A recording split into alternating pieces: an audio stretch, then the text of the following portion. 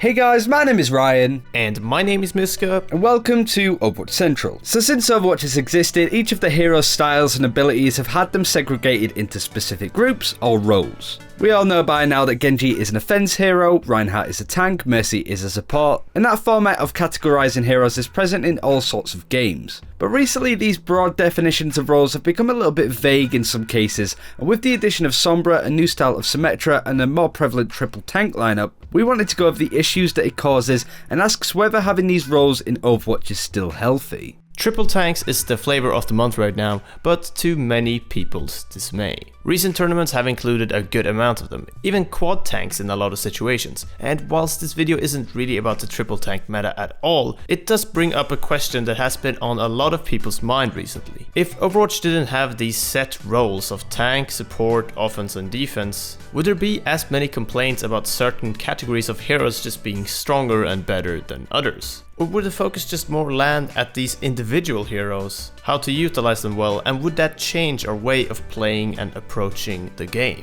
When people say triple tanks, for example, it gives off the attitude that any combination of the three tanks works, which isn't really the case, to be honest. Even between the tanks, they have their own sub-roles. Roadhog has an intense kill potential, which certainly makes him more of an offense hero than Reinhardt, who can block and defend his team more. The main issue we see here when people try to run triple tanks is not having that Roadhog, and without him there just isn't enough damage being thrown around to actually take out enemy heroes effectively enough. Tank heroes in other games usually come under the umbrella of high sustainability, but with low damage or movement, and really when you have a collection of all different tanks with their different traits and so on, it can be just a little bit too much all at once. It's kind of as if there were subcategories to these already existing roles. But this isn't just a problem with triple and quad tanks. This mindset has been a thing since the early days of closed beta. Once people worked out the strong consistent composition of 2-2-2, which is 2 tanks, 2 DPS and 2 supports, that was the go-to sort of composition. In the closed beta, originally for the DPS slots, most went with the 2 offense heroes on attack and then 2 defense heroes on defense. But really the offense heroes were still doing a better job defending than the actual defense heroes in the game. This revelation in itself put defense heroes in such a difficult position that they never really recovered from. The roles also cause a little bit of abrasiveness in teams because they don't really fit the situation too well. Offensive Widowmaker on attack, for example. It's a valid pick in some situations and on some maps like Gibraltar, but because of how the hero has been classified in a certain way, it almost limits what you can do with said hero. If Widowmaker was an offense hero, do you think we'd still have that problem with it? It's that kind of mentality. It almost dedicates and defines too much. The catalyst for a lot of this way of thinking was Sombra. The new hero really tried to innovate Overwatch and push it into a much more tactical direction. Issue again was how she was placed in the offense role really. Even more complicated when Jeff Kaplan himself described her as an offensive support. Now, most of us have by now had a try at Sombra and hopefully everyone can sort of see her potential, but the issue is that she doesn't really fit the current style of play that we've grown so accustomed to playing.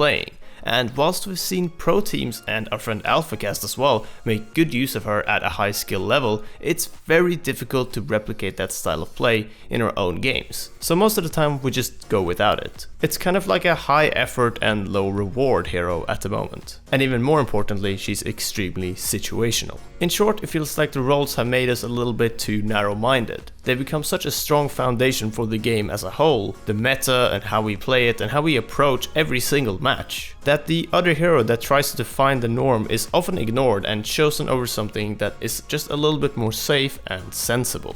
Symetra is another hero that has suffered because she didn't really fit in with the rest of the crowd. Recently she's been buffed to make her much more viable on attack or control, but even so she still feels somewhat limited in where she can perform. The discussion about Symetra being more of a defense hero than a support has been ongoing since the game was in closed beta, but Blizzard have remained kinda resolute calling her support over anything else. Now the question we want to bring up is if she was changed to a defense hero, would this help her out at all? If she was a defense hero, she wouldn't be fighting over a slot with Zenyatta, Lucio and Ana, and have the roles of the composition rules become such a foundation of the game that going against that is such an issue. We do see a lot of similar comments coming around that word meta as well, that it shouldn't be taken as gospel, and honestly we do really agree, even though sometimes you may not think so. Team compositions, metas and hero viability are only really guidelines to follow if you're not too sure what to do. But it definitely feels harder than ever to break out of that traditional setup and composition. Just before we go, something else we want to highlight is Overwatch's estranged brother, Heroes of the Storm.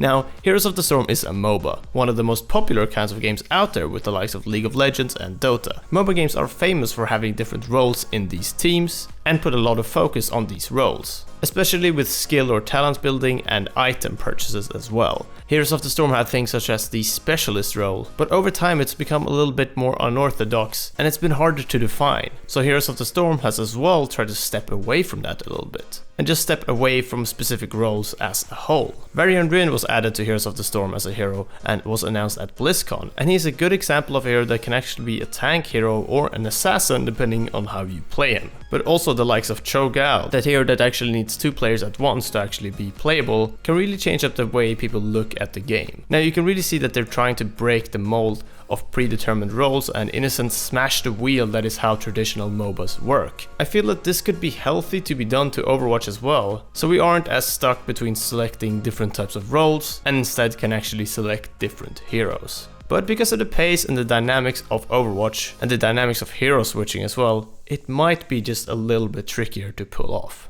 And that's it for this time. Thank you very much for watching. Do let us know what you think of roles overall. Do you think that helps you focus your game and your team? Or do you feel it defines too much and it almost kind of makes the game a little bit bland and boring when you have to play around these roles and stuff like that? Do let us know in the comments. And until next time, take care. We'll see you then.